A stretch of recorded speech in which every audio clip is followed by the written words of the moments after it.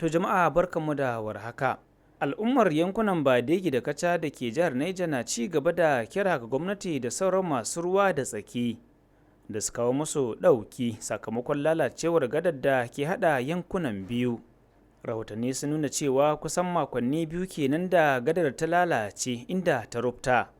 Lamarin da ya katse zirga-zirgar ababen hawa tare da jefa matafiya da 'yan kasuwa cikin mawuyacin hali. Mazauna yankin sun bayyana cewa tun bayar faruwar lamarin harkokin kasuwanci da sauran muhimman ayyukan yau da kullum sun tsaya cak. Sun bayyana cewa hanyar na daga cikin manyan hanyoyin da ake amfani da su wajen safarar kayayyaki da kuma zirga-zirgar jama'a tsakanin yankunan.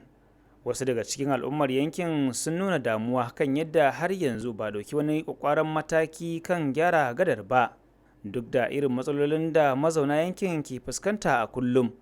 A sakamakon haka al'ummar Badegi da Kacha sun yi kira ga mahukunta da su gaggauta shiga lamarin domin gyara gadar tare da dawo da zirga-zirga da harkokin kasuwanci a yankin kamin matsalar ta ƙara tsananta. To ƙarshen rahoton kenan, Shamsu Lawal Mai Takobi.